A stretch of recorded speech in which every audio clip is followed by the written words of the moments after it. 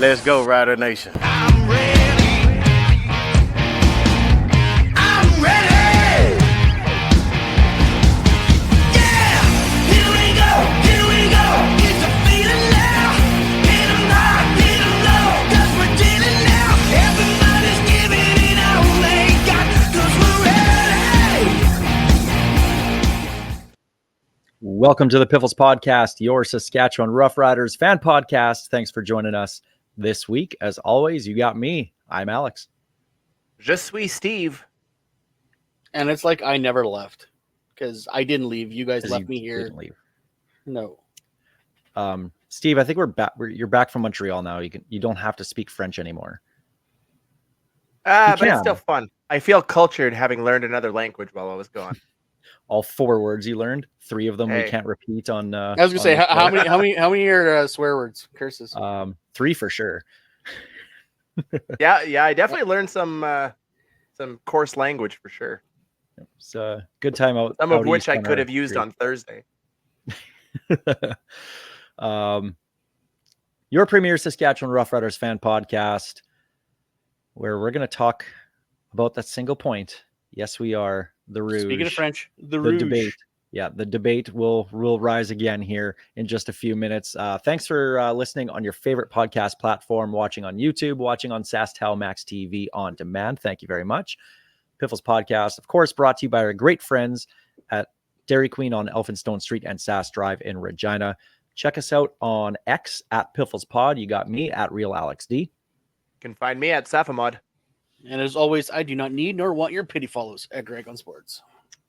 Facebook as well too, and of course the website pifflespodcast.com. Sorry, not much going up there the last week, but we were on vacation, so I didn't really want to do anything. So I don't think we were contractually obliged to put anything, so I didn't put anything up this week. And I wasn't going to pick up your guys' slack, so that was very obvious. Yes. I'm going to ask you to do And that this week because there's a few things I don't remember from this past weekend. There was just too much going on. We'll go with that. Yeah, that's what it was. Yeah, that's what We'll it go was. with that. But let's jump to it. We're going to talk some riders here right off the bat. Let's get to the opening kickoff.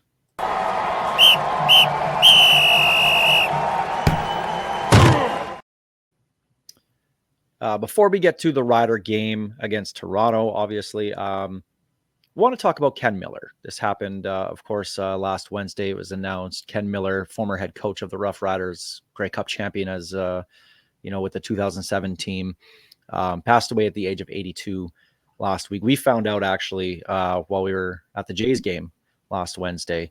Very, very sad news because everybody loved Ken Miller.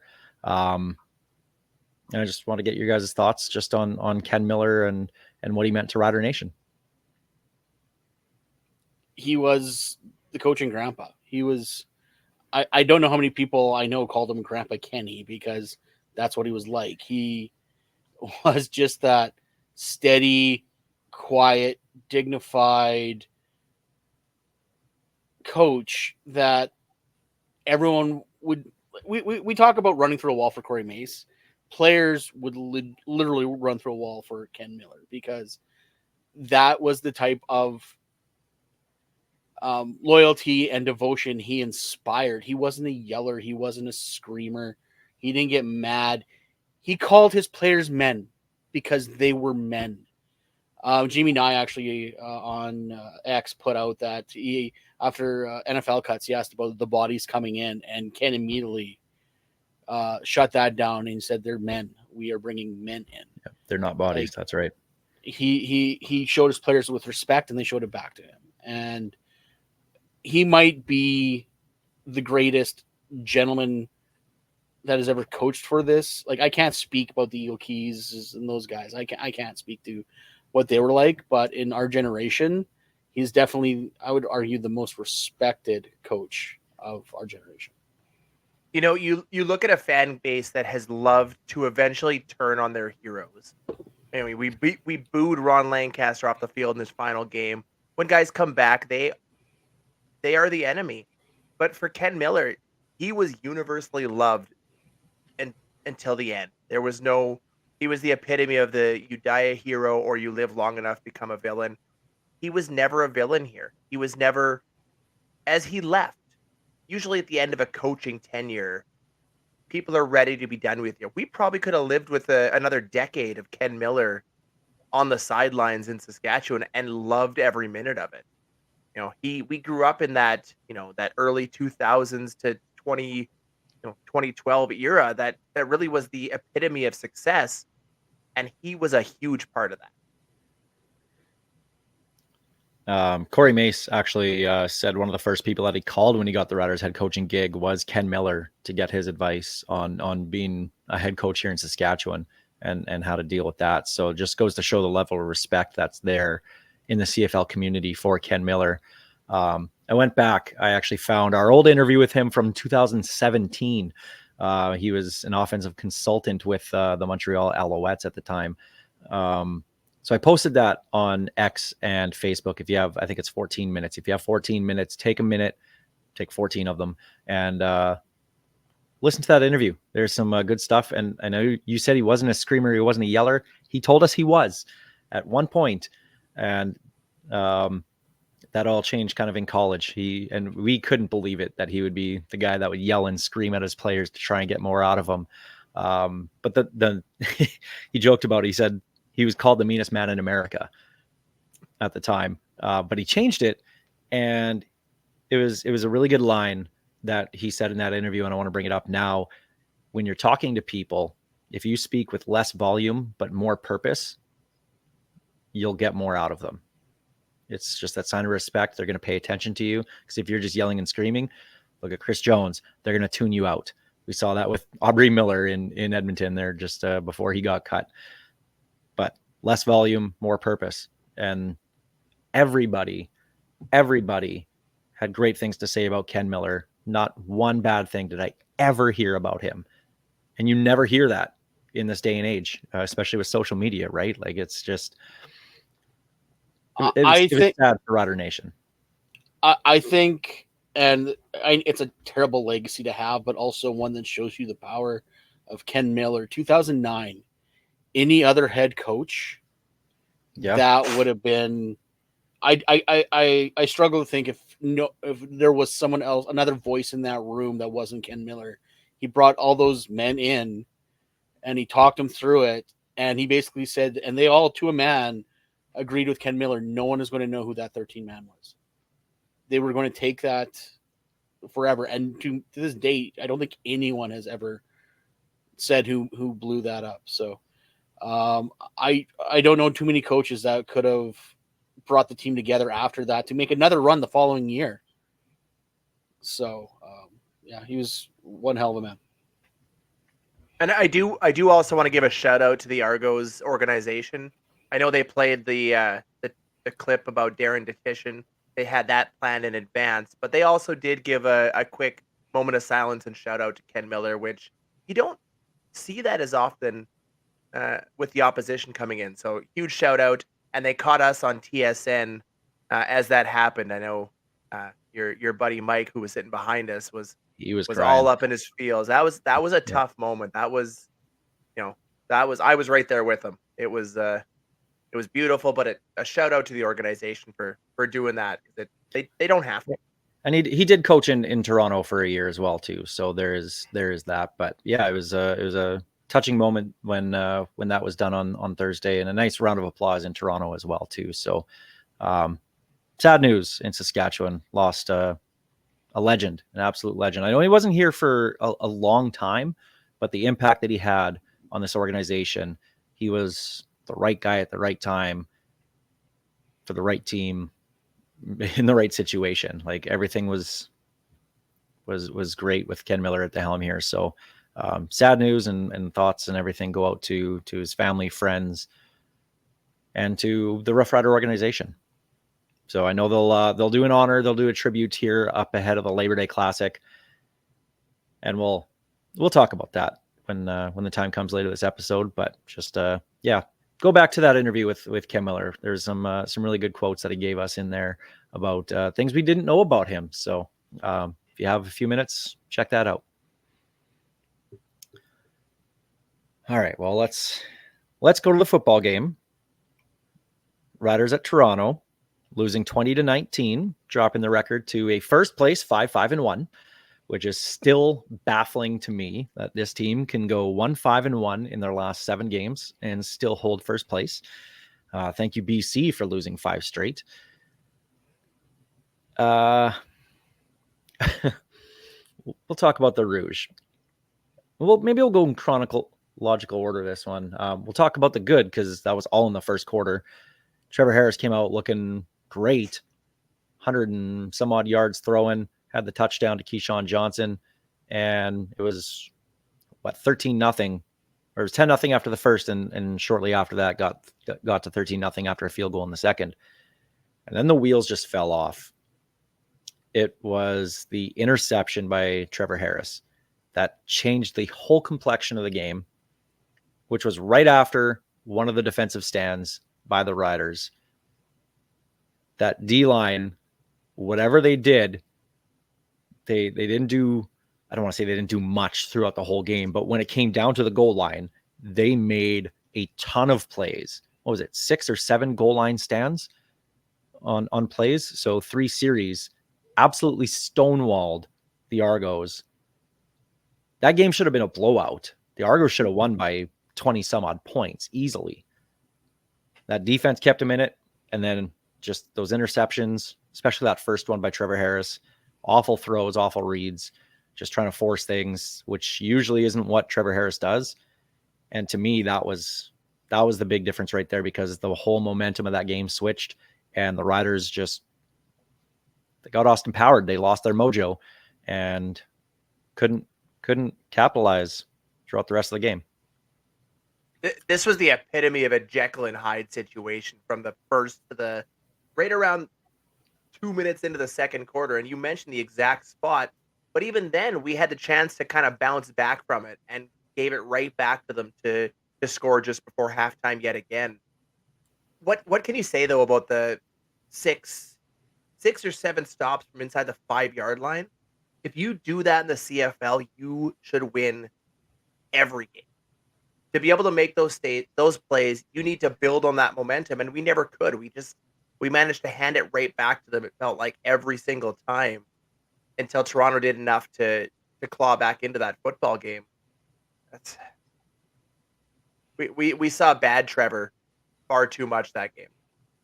Well, the first interception, whatever, it was, he tried to force one in. He was deep in his own zone, trying to avoid a sack, trying to avoid the safety. That's fine. But the second one was the exact same throw to the exact same spot to the exact same read. Like, you think he would have been a little more gun shy to throw it the way he did, and luckily the defense, that goal line defense, is the best I've seen the Riders goal line defense ever be. Like, I'm like, how are we walking away without like getting touchdowns here? And the fact that Dinwiddie just kept on going for it. He was like a bad gambler at that point. He's like, well, one of these days my numbers is going to hit. And yeah, like it could have been a lot worse, and the defense played well enough to win that game. Well, it was the play calling late in the fourth that kind of did it for me. Riders get the ball back after, it was after the Sales interception. Yep. And then that led to nothing. They had a chance not to close out the game completely there, but to get in a position, score some points. Didn't do that. And then at the end, when it was 19-19 after they gave up that tying field goal, taking that sack, Trevor Harris, was the absolute worst thing that could have happened. And even then, after that, I was like, just fall forward, run the ball, get a couple yards, just start killing that clock. And then if you have to, run around and kick the ball out after. Instead, nope, it was let's try and pass it, which, I mean, the guy was open, ball was there. But it just stopped the clock, gave Toronto enough time. And obviously you're not going to give up a safety or anything there. So you punt it from 15 yards deep in your end zone. You're giving them field goal range. So it didn't even matter that he missed the field goal, that Toronto missed it, because you were giving them the win right there anyway. So before we even get to the Rouge, I want to talk about that decision making. We're in the stands, Steve and I, and of course all the other Rider fans that are around us, wondering what the hell's going on here. Like what? And there was other guys yelling out, "What are you doing, Corey Mace? Like what is going on?" What was your thoughts, Greg, sitting at home watching the game? Oh, it was typical rookie head coach poor clock management. It was he was playing not to lose. And when you do that, mistakes are going to be made and you're going to lose. Like when you play not to lose, you're going to lose. You need to play to win. Because that way, if you play to win and you lose, at least it looks like you're making an effort. But when you're playing just for the stalemate, so to speak, it looks worse. And that's exactly what happened. And when they made that first down catch, only for it to come back because he called timeout. Yeah. Like, I'm like, well, that's ball game right there because there's no way in hell they're going to be able to do that twice. Sure enough, for some reason, same call. And Toronto was all over it because they knew exactly where it was going. You know, that entire series of plays went from bad to worse. From a coaching aspect, especially, as soon as they tied it up, number one rule on that kickoff, don't take a holding penalty. Don't pin yourselves deep. Wherever you get it, you can at least take it to overtime. Fairly simple. Then you take the overtime penalty, or the holding penalty, sorry, put us down at the 8-yard line, and Trevor Harris takes a sack. Okay, still, but it just kept progressing worse and worse. And with every step, it was coaching that was the question mark. As soon as they got down at the 8-yard line, it should have been 2 runs, booted as far as you can, play for overtime because you're not playing to win there. And what's funny, you say he was playing not to lose. That is the exact situation he should be playing not to lose. When you're that deep in your own end, you're playing for overtime. You're not driving 60 yards to get a field goal there in 40 odd seconds. And then from the sack on, you're playing for overtime. So he should have been playing not to lose. And he decided that's the moment to go for it and take his shot deep. I'm very glad we didn't record a live after the game because at least I had time to calm down. Because that walk to drinks with the CFL family, I was beyond raging. I was done with Corey Mace. Like that whole series of events for me was enough. Yeah, you were Looking not back on it, I'm willing to allow some of those growing pains, but they have to stop eventually. Those were simple, front level, should know right out of the gate coaching decisions that he managed to mess up. And here's the issue of him having a very young coaching staff as well. There's no veteran voice in the room behind him going, hey, actually, maybe we should try this. They're all kind of learning together, which in a year or two is going to be great because they know each other's tendencies and all that.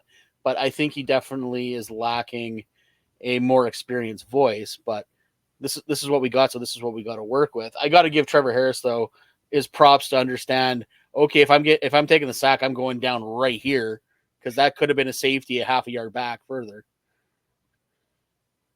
So, and kudos to Corey Mace post game, basically owning it.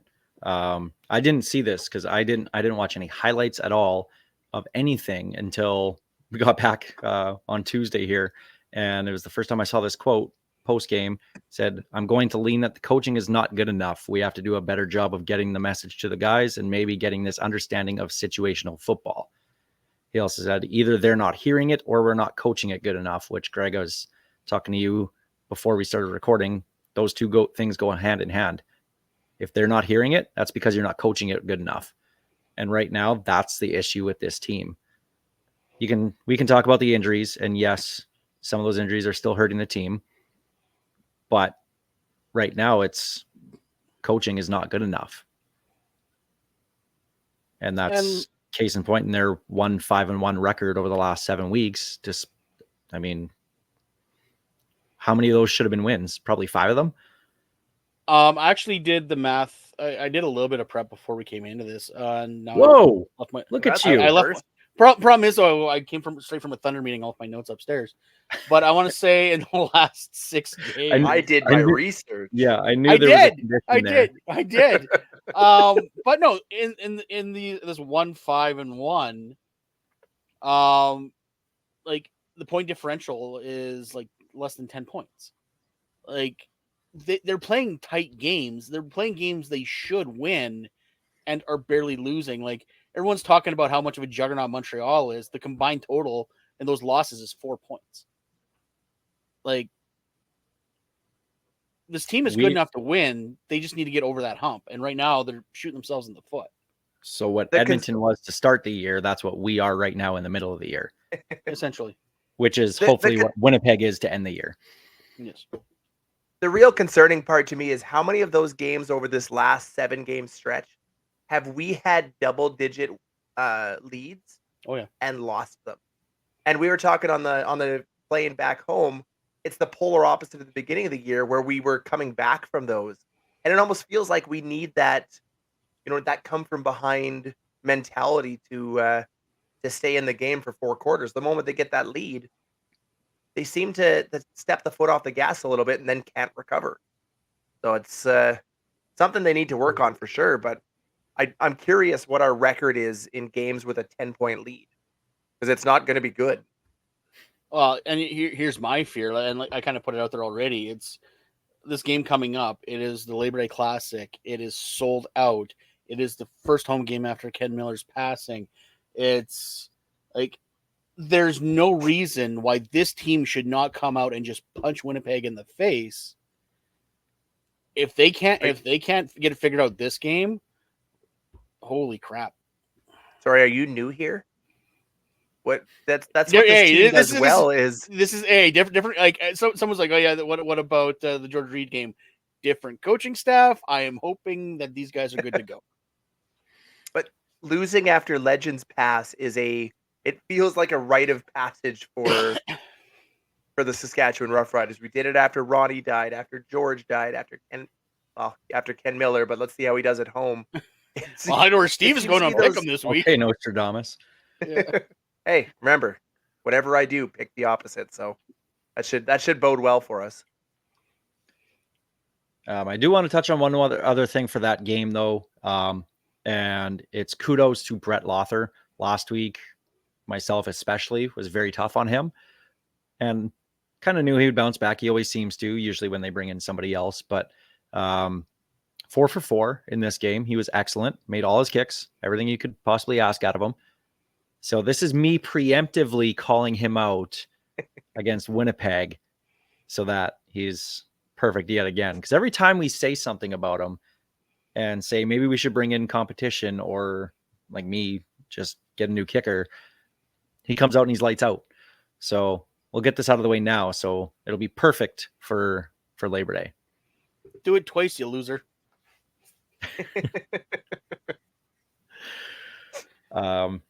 So yeah, Riders lose. Good thing is, except for the Winnipeg game, every other West team lost. So Yeah, I mean, thanks, it's Hamilton. going to set up a one hell of a Labor Day and Banjo Bowl. And the season series probably won't mean anything with this tie that the Riders have. So it'll be fun. It'll be fun. So we'll talk about the Labor Day game coming up. But other Rider news here: signed a running back today on Tuesday. So Roderick Thompson Jr. They cut offensive lineman John DeLance last week as well, 3 days ago, I think. But signing a running back. What does this mean for the health of AJ Ouellette? Not good. I think he's going to spend all 6 games on that 6-game list if they're bringing in a guy, which is actually probably good because he has not been right all year. Nope. So I think, and I'm sure we're going to talk about Jamal Morrow here shortly. Considering Jamal Morrow couldn't pass a physical, I'm wondering how the hell AJ did, because he hasn't been right from jump. Like, he's not been what we thought we signed, and it looks like that was injury related. And if you're going to play AJ Ouellette for a small portion of games, I want him in there for those cold weather games, and I want him at 100% where he can batter a D line. You know, if it takes 6 games to get him healthy, I like the stats this dude has put up in college. He he looked like he has potential. Hey, it's the Pac-Man theme song. That's the Pac-Man theme song. Yeah, yeah. Oh, it was a Pac-Man? I thought it was Blades. No, it was inside joke. It's Blades of Steel is my ringtone. Blake on our trip thought it was the Pac-Man theme song. Oh, no, it's definitely Blades of Steel, Blake. Come on. Yes. And right before that, we said whoever says the stupidest thing gets the air mattress that night. He won. I guess who he won? won. Yeah. Or lost in this case, I guess. Yeah, but we didn't talk about the Rouge. Oh yeah, okay. Well, let's have that debate right now then. Rouge is dumb. It's perfect. Leave it as is. You know what? We've talked about the Rouge on this show over the years. In an event like this, when it's a missed field goal, I have no problem with the point being given if it's conceded. As long as it's conceded or the ball goes out the side of the end zone or something like that. But out the back of the end zone, the whole point of the Rouge is to encourage the return game. You didn't get a chance to return it, so why should they get a Rouge? No, I agree. If there's any modification of the rule, I like that version of it. I know there's a bunch of abolitionists who say it's the failure point. It's not. It is a failure point. It is in this situation. It is, but technically speaking, in the John Ryan universe, it's not. Kind of is, but that's beside the point. We're rewarding field position. Well, then look at Toronto, and they're getting all the to the goal line. You're going to reward them for getting 109 yards down the field? No. 3 points for getting stopped at the 1. Yeah, like come on, that's rewarding failure. So is given a point for missing a field goal. I think if it's not conceded. Yes, I think if it lands in, for instance, if Haralahu would have hit that kick and it landed in the end zone and Mario just left it, whatever, yeah, that's a point. But yeah, kicking it 20 feet in the air through the end zone where no one's going to get it, yeah, I can agree that is a dumb rule. Even if they allow for a bounce out the back of the end zone, I'm fine with it. If it hits the ground inside the end zone, bounces out, backside, whatever, at least they had the option to return it. And it would force the riders in that situation to put 4 guys at the back of the end zone, making sure it's not kicked, at an angle. I don't mind that. There's some strategy in that. But having a guy line up on a 40-yard field goal with the sole intention of booting it out the back of their comically small end zones is ridiculous to me. The one saving grace about that game was that it was in Toronto, so the fans aren't as engaged as other markets, at least going against the Riders, right? So walking up the stadium, I think there was one guy that said something about it, but he was super nice about it. So it wasn't, could you imagine if that happened in Winnipeg? Oh, yeah. So that was the nice thing about being in Toronto, I guess, is they celebrated and then they left. So that was good. I think they were just happy to win that one after how that game started. They're just like, phew. Yeah.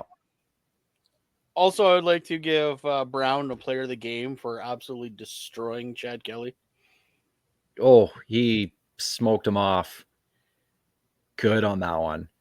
And clean. Very clean.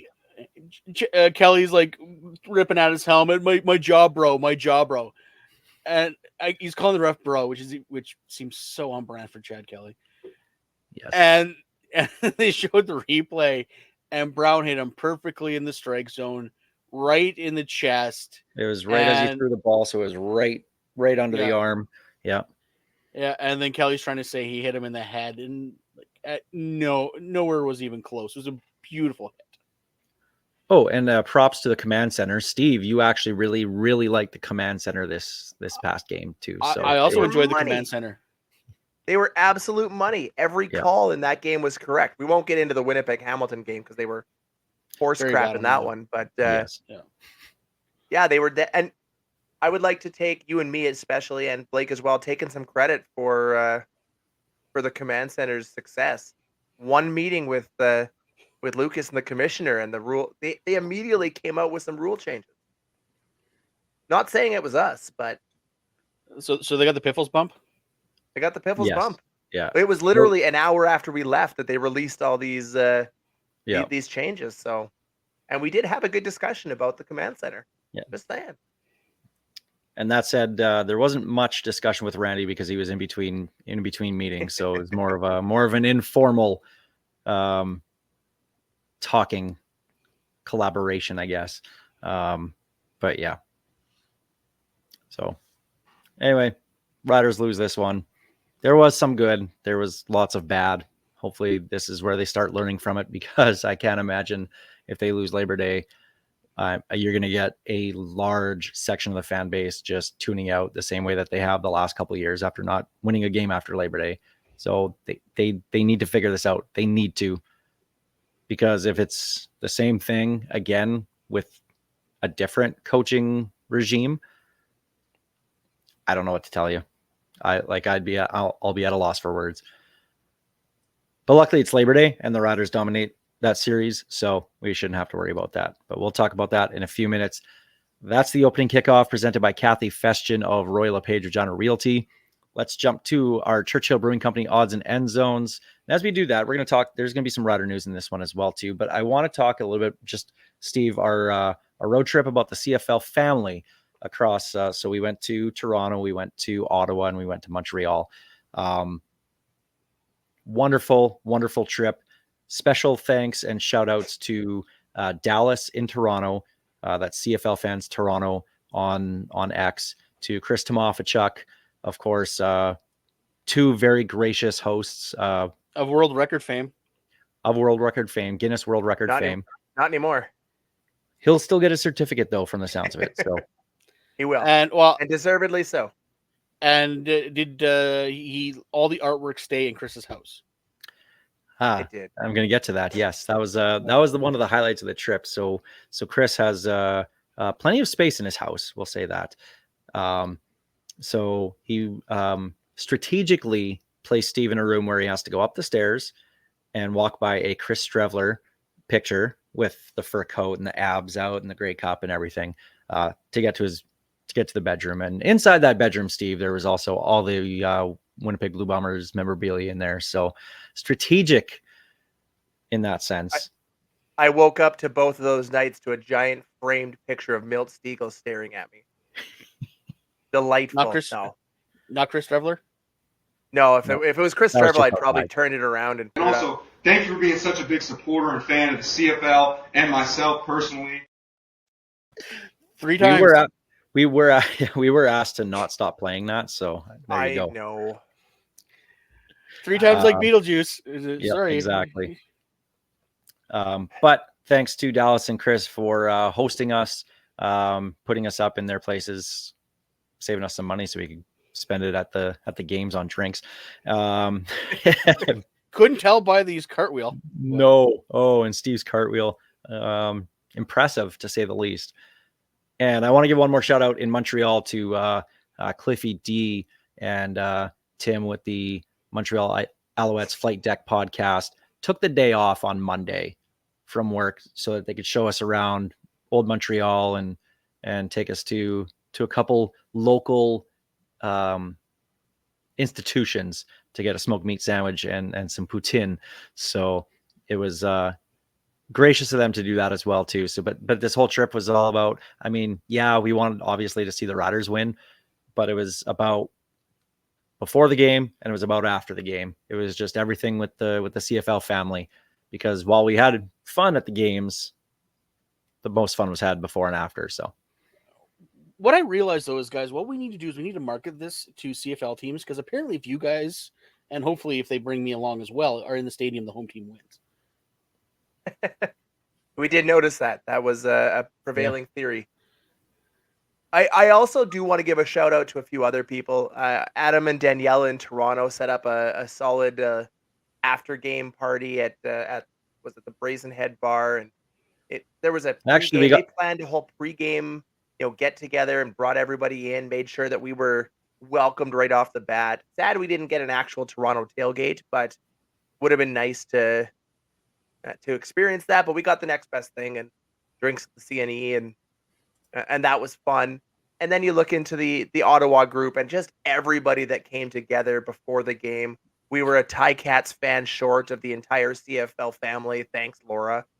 Couldn't make the drive, even though we didn't invite her to like half an hour before kickoff. Whoops. She But- could have made it. Yeah, but honestly, it was just that's the best part about the CFL. It's the football is fun. In my olden days, I would have been a whole lot more angry for a whole lot longer after that Rider game. But once you get past it and you just get to enjoy the CFL family, it was a fantastic trip. I want to do it again. Put all 4 games out east 1 week a year, and do the ultimate fan trip. Lucas, if you're listening, put that into the commissioner's ear. Put that into was it Trevor Hardy is the scheduler? Put it into his ear. Because that was fun, and it's very, very easy to do it out east to travel. So if you can get some sort of deal on travel with via rail or whatever, do it. They have an official airline again. They can make it work. WestJet up. Yep. Do one ultimate, and I mean, have it coincide with the CNE in Toronto, because that was a blast too. So I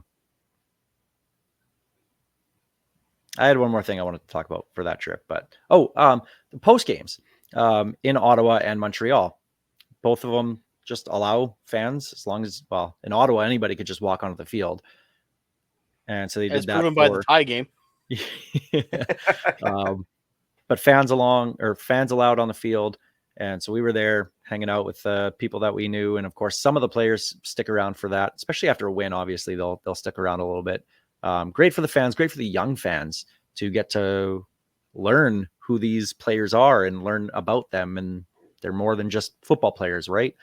And then there was the post game next door at the hockey arena, a little after party, and of course a couple of the players came out for that as well. The all-decade team for Ottawa was there. That was their theme for that game. So doing that was pretty cool. But then Montreal, I didn't realize that just everybody can kind of get on the field as well too. You do have to have a pass or a code or something like that to get on, but that was the celebration of the 1974 Grey Cup team. So they had Wally Buono there, and yes, we did go up to him. We got a picture, and I said, we have to say this as Saskatchewan Roughrider fans. You heard it all the time. Get off the field, Wally. I don't know if he liked that or not, but he responded quite well by saying that, well, I only went on the field to show my boss that I was working. So on the plus side, he didn't have a beer can thrown at his head this time. Yeah, that's right. And then I missed. No, I'm just kidding. Got to chat time? for a couple minutes with Cody Fajardo as well too, and a couple other players and whatnot. So, but that's something that needs to happen in every stadium. And I know they sometimes do that here in Saskatchewan now, where the family day they'll allow, fans on field after the players leave. No, it should be when the players are still on the field. They used to do the Rider Awards, where you could go on right after the game while there were still some players on there after they do the media and everything else. And if the players want to stick around, they can. If they don't want to, by all means, go and, go shower and leave and go home, get something to eat, whatever they're going to do, right? But that's how you build a fan base. And I think that's what they're doing really, really well out there in the East, Ottawa, Montreal. I'd like to see that everywhere. Not necessarily mandated by the league to do that, but there should be more opportunity for that. Last year, took the kids down to the field, and which is weird because where my seats are, right on that, right by the riders' entrance off the stairs. But of course, for simplicity, they make everyone go around to Pale Country to get down, and it is the slowest, most arduous process to get down there. If they could speed that up, I think it'd probably be more well received. But the way it's done now, it is not good anymore.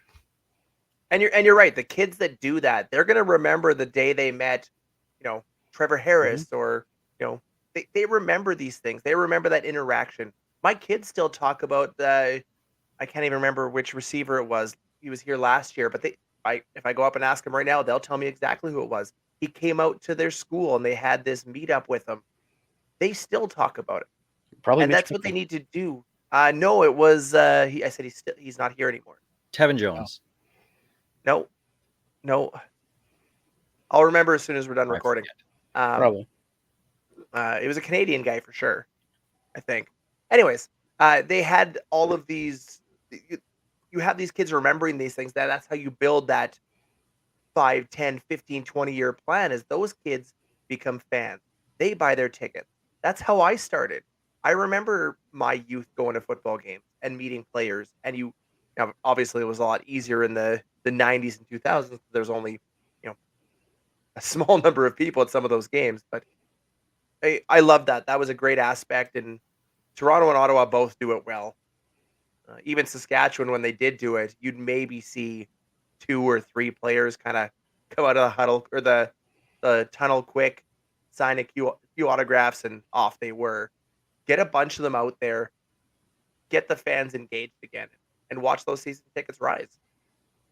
Like it's even just the little things outside of that. Like we have a Google Chromecast on the TV, cycling through a bunch of pictures when it's in sleep mode, and Piffles Bowl's pictures came up with Bakari Grant like playing catch with Connor when Connor was just little, and Emily's Alumni like, "Hey, of distinction this week for the Hamilton hey, Tiger. that one Cast. makes I was sense. gonna- I love love that it. one. I love Yes. that one. Yeah, he Bakari actually did Grant something. deserves all the flowers. He's an awesome guy. But stuff like that, and like Emily remembers that, and it helps a fandom if you can get those kids tied to the team, and it just has to be a little thing like that. And I think that's one thing that's been lacking in this corporatization of the CFL type thing. Yeah. We need to get back to the grassroots. A couple other notes want to make of the CFL with some rider ties here. I guess it's NFL with rider ties, but NFL cuts came down. And Riders' first round pick from this year, Kyle Hergel, the offensive lineman, was waived by the Saints, but it sounds like that's just they're going to offer him a practice roster spot if nobody else claims him. Would be nice if he came up to Saskatchewan, but doesn't sound like that's going to happen right now anyway. Neville Gallimore was cut by the Dolphins, defensive lineman. We have his rights here in the CFL. I think they took him. Oh, that was Chris Jones' time, I think. 2020. Actually, I think it was 2021. Was it that late, or was it after Chris Jones? That was a full-on JO. Yeah. Okay. So. Cut by the Dolphins, so who knows? He'll probably get another chance or two down south. But there's that. And Dakota Shepley was released by Dallas, but he'll sounds like he has a house in Dallas, so he's gonna take a PR spot. So not coming up here. 2020. 2020. Okay. But Matthew Betts was also cut by the Lions. So if he decides to come back up to Canada, there should be 9 teams knocking down his door and offering all of the marketing money to fit him under this year's cap. Honestly, I remember when Kyle Hergel was drafted and O'Day was crapped on from the moment that draft pick was announced. Because this was a guy that had already signed on in the NFL as a undrafted free agent. He was gone. And by all accounts, it looked like he was going to make the 53-man roster in New Orleans. He had played well enough and he played a little bit inside, played center. Looked like he was a versatile enough guy to make that jump. I'm shocked by all descriptors. This guy was not coming here anytime soon. He's still likely a project guy in New Orleans, and we're not talking about 2024, 2025. But the fact that he's already shaken loose from the 53-man roster is a good sign for his CFL future. And if he ever comes up, even if it's 5, 6, 7 years down the road, that would make that a great pick, because it does sound from a few people that was a guy that was going to be gone by the Riders' second pick. So, maybe some crow on a plate for a few fans, myself included, if he ever does make it up here. I think what compounded it was they took him and then they took Weeb. So you had 2 players that were not going to be even in training camp right off the hop. So I think that's what compounded it. You missed one cut from today, though. Dakota Shepley was waived by the Cowboys today. I said that. He said Did that. you? Yeah. missed And then he he has a- immediately I talked said- about his house in Dallas. Yeah. Oh, yeah. Sorry. I screwed that up. I missed that, sir. I understand. I probably would stop listening to me too. Because I was looking at your list and I was looking up. oh yeah, I didn't. throw it I was on looking there. up. I forgot about I was looking up Gallimore's draft date. That's why. So that. But otherwise, that's the NFL cut news, at least Rider related anyway. Former Rider running back Jamal Morrow was finally officially cleared by doctors. He tweeted out, where do you think he ends up? Calgary. again for the third time. Yeah, most likely, with them only dressing one running back for the last few games. I think they had two, or the plan is to go two this week, but yeah, I agree. Going to Calgary. Last chance, Banjo Bowl bus. There are 4 spots left Because I gave up mine. because you gave up yours. So bonus points. You don't have to go with Greg. Yeah, you don't have to Yeah. deal with me. Yes. So reach out ASAP. Send us a message on X. Email us, pifflespodcast@gmail.com. Last chance to get in on the bus to the Banjo Bowl. So $325 will get you there. We'll get you back. We'll get you to the game as well with some swag and whatnot on the bus. And we'll have a blast. So And if you're not coming to the not going on the bus, you can come join me as the Regina Thunder are playing the Hilltops at Mosaic Stadium, and it's going to be fun. yes, though whenever those two teams play, that's always a hell of a game. And we have 2 tickets to give away for that game too. So pay attention. Watch the socials. We'll be giving those out. Yes. Sorry, and before we get to the Labor Day game, I know we're kind of cutting it close for time with how much we still have to go. I do want to give a shout out, and I didn't write this down. I've just put it in now, to Daryl Davis, Leader Post legend here in Regina, inducted into the Regina Sports Hall of Fame as a builder just the other day. So he's been on the board for the last 20 years and has inducted other people into it and voted on other people getting into the Hall of Fame, and for his contributions to sports in Regina here, especially with the Leader Post. Of course, he did still does a whole bunch of hits on like Green Zone and whatnot. So nobody more deserving than him. Daryl Davis is a Regina staple in the sports community and just a super, super great person. I know you can argue with him about instant replay or whatever else. He'll go head to head with you on some things, but he's always great to deal with. And congratulations, Daryl. Living legend. I love Daryl.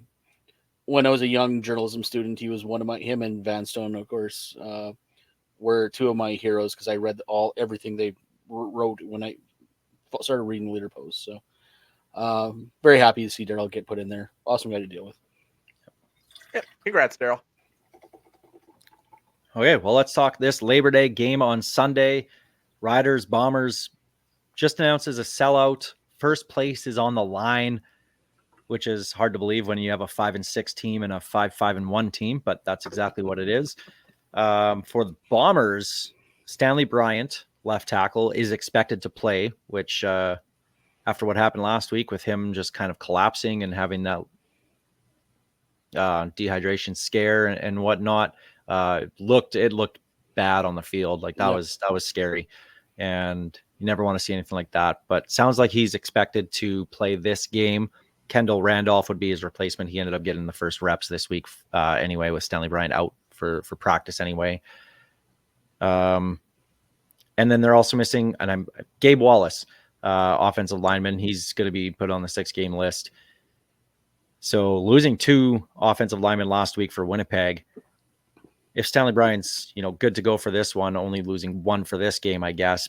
But at the same time, if you're the Rider defense, you have to attack this. This offensive line hasn't been great in pass protection. They've been fantastic run blocking, especially the last, 4 or 5 games for Brady Oliveira. But if you can get any kind of pressure on Zach Caleros, that's where the Riders defense is going to have to, come up and play, because I'm not too terribly worried about Brady Oliveira because the Riders' run defense has been so good. They just got to get some pressure on Zach Collaros, because if Collaros has time, he'll pick that zone defense apart. And we've seen this from game one for them this year. Their O-line is not what it's been for the last few years. Even with Stanley Bryant on the field, the loss of Jamarcus Hardrick, Neufeld was out for a bit. I think he's still out. Yep. Trying to remember. But they're losing pieces, and it's showing in Zach Collaros' stat lines. He's 1 for 2 in touchdown to interception ratio. This is a guy that was predicted to be the number 1 player in the CFL, and he's not even a top 5 QB, let alone, best of the best. It's been a quick fall from grace, and it all comes down to that O-line and the pressure he's facing. So it is clear that's what the Riders need to do, is maybe take a step back from their run defense first mode and get after Zach from the opening play and make him hurt. Give him no time at all. Well, fellow meatball John Fraser has been talking about bad Zach, and worst part is he is a Bomber fan. He's been talking about bad Zach for a couple of years now, and he's not wrong. Like, he's right. 6 touchdowns, 12 interceptions, and 82 efficiency. Like, that is like the worst for the starters in this league by at least 10 points. He is not having a good season, and part of that, yes, is probably to do with that offensive line, because they have not been good. So this is where both the defensive backs and the defensive line could definitely eat this game, because if they can keep Brady in check, like, force Zach to beat you, because Zach is not the most outstanding player anymore. He hasn't been for a couple years. But they got to get that pressure, because once Chad Kelly got going last week, that secondary was not good at all, especially on that 3rd and 15. That still makes me mad. Oh. And noted Rider killer Drew Wolotarski is returning to the lineup. This one. The words are hard. My throat still hurts from yelling in Montreal mostly. Honk. Steve knows about that. Honk. Yeah. Drew game Wolotarski returning to the lineup. So, I mean, they got Kenny Lawler back the other week, getting Drew W back now. Since I can't say his last name, I'll just call him Drew W. So you got to get pressure on Zach, because now he's going to get comfortable with his receivers again. So it's imperative you get constant pressure. Don't have to get sacks all the time, obviously, but just change those throws, rush those throws, and don't allow the zone secondary to get picked apart. Now for the Riders, no roster changes, no major ones anyway, as of right now anyway, but that's after 1 day of practice. But it looks like there's no change on offense anyway. That's according to Taylor Shire of the Leader Post. So should see the same lineup that we saw last week, unless Jackson Ford's ready to go, or Weeb, maybe Nick Weeb at linebacker. I'm hoping Harris is used this week to get more his timing better with KSB, with MLS. Like, MLS this year, I don't know. He's fighting the ball this year for some reason, it seems, because he's been hitting the hands a lot this year, and just drops keep on happening. But I love what I've seen with obviously Keyshawn and Dante Myers, because they have been very, very good, and poor Jared Stearns is never coming off that bench. Nope. They've picked up where Shawn Bane and Emilus seem to have fallen off. You mentioned Emilus, but Shawn Bane seems to be fighting it just as much, if not more. And he was going into the season the clear wide receiver 1 on this team. He was the guy, and they paid him as such. So he's got to pick his game up. But, like you said, a few good rookies coming up behind them that are going to keep Jared Stearns stapled to the bench for at least the rest of his Rider career, potentially. All right, well, let's get to our picks for this week with Labor Day weekend. And, of course, it's Touchdown Pacific that kicks it off. Let's do our Piffles picks. Piffles picks. Well, folks, when you're right 52% of the time, you're wrong 48% of the time. Bad Steve returned. Speaking of bad Zach. 1-3, You know what? Steve. You know what pisses me Although off that's the kinda most good about record being for him. 1-3? What makes me the most angry is I was right about Toronto and I was right about Ottawa. But because they couldn't beat the spread, I was wrong. So I'm getting the That is games how we. right. This is No, garbage it doesn't and I matter. hate it. I No, understand why my record sucks, but I've made my picks specifically over the last little while to benefit the Riders. And still they managed to mess it up. I got Winnipeg. Didn't want to. Yeah, you blew it on that one, Steve. No, you blew it, Steve. All right. Well, let's start with game number 1, Touchdown Pacific rematch from this past week. Ottawa's in BC. Well, in Victoria. Victoria. Well, it's in BC, technically. It's in BC with the return of Vernon Adams, but he's the backup for this one. Nathan Rourke is going to get the start, and he was awful yet again last week. Except for the first drive. The first drive, he looked good, and then after that, he was not whatsoever. So Ottawa at BC. Was this the game, Steve, that we got the spoiler of the spread by? No, that was the Rider game. Was that the Rider one? Okay. Well, then I'll take a first guess on this one. I'm gonna say it should be Ottawa by 4.5. I'm gonna go BC by 1.5. BC 3.5. I know exactly where I'm going with this. Where are you going, Greg? I'm taking Ottawa. Yep.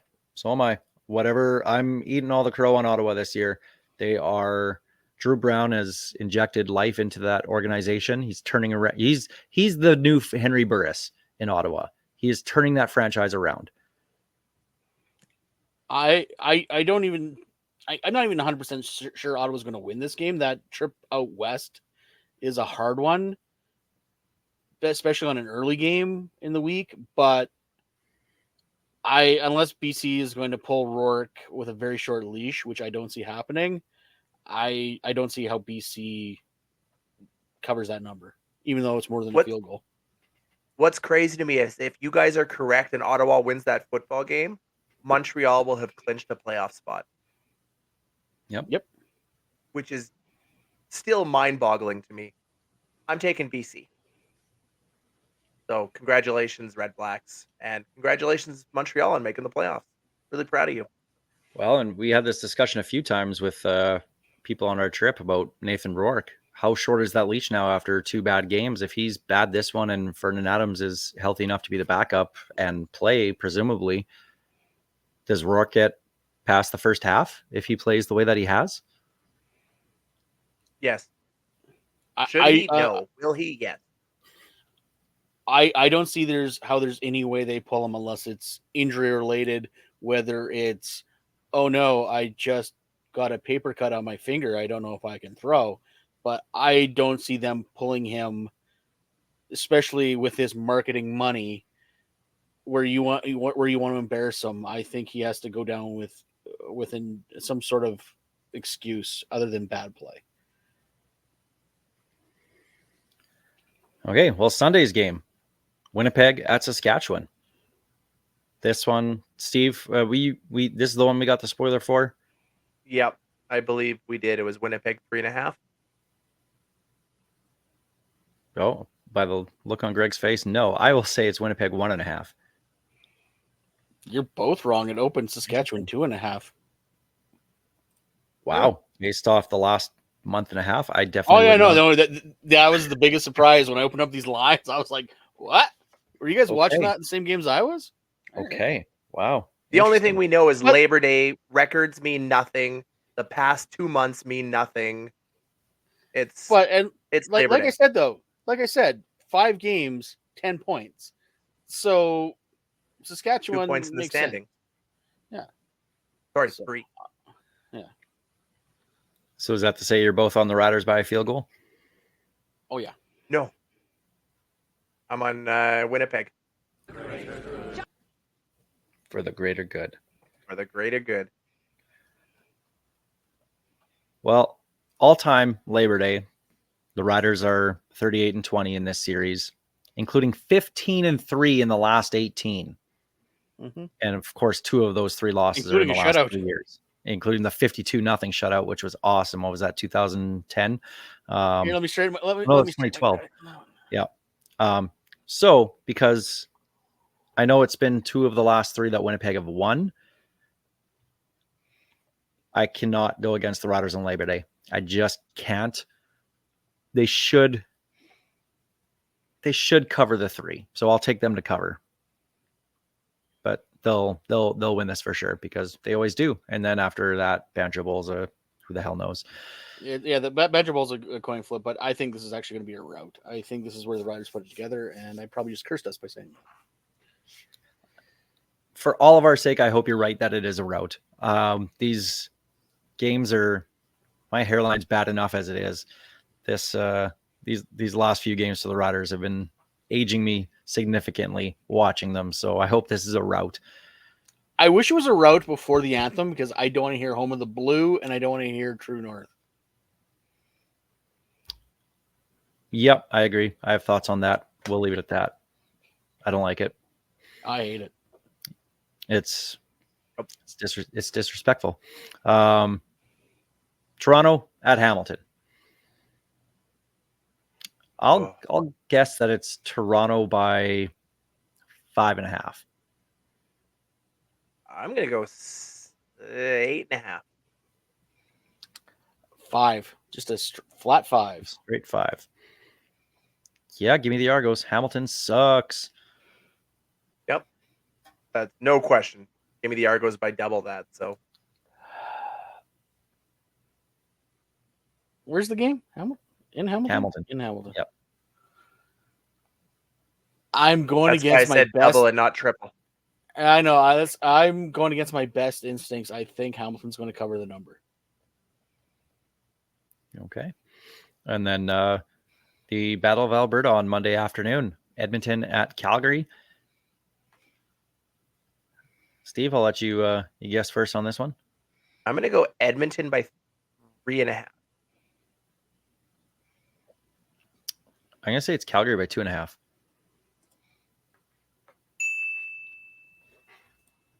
Yeah.